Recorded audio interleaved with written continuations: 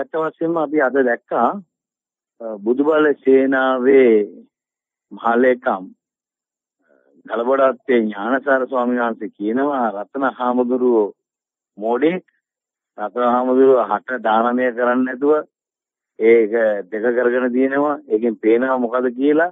අපි හයියලා වශයෙන් ඒගොල්ලන්ට කියනවා ගිලේ පාවිච්චි කරලා මුලේ පෑදෙන වැඩ කරන්න කියලා.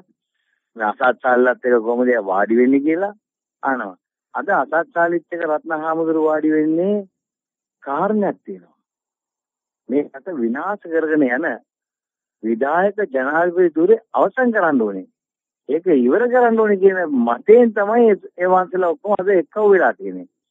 ඥානසාරාවේ අපි වෙනම බලවේගයක් අපි ආණ්ඩුවට කඩේ යන්නේ නැහැ.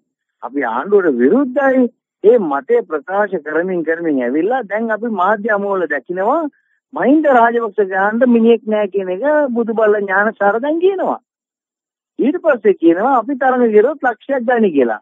මම එතුමාට අභියෝග කරනවා. ඔබතුමා මේ ජනාධිපතිවරණය එනවා නම් ලක්ෂයක් ඔබතුමා ගන්නවා නම් මම ඉදිරිපත් වෙනවා අනිත් පැත්තෙන් ලක්ෂ 2ක් ගන්න. ඒ අපි දෙන්න ඔට්ටුවක් අල්ලමුද කියලා මම ඥානසාර ස්වාමීන් වහන්සේගෙන් අහනවා. දැන් නිකන් බොරු පච ගන්න නැතුව මේ බිබී ඉඳගෙන නන්නත්තර වෙලා හිටපු ඔබතුමා හද මොන තත්ත්වෙටපත් වෙලා තියෙනවද?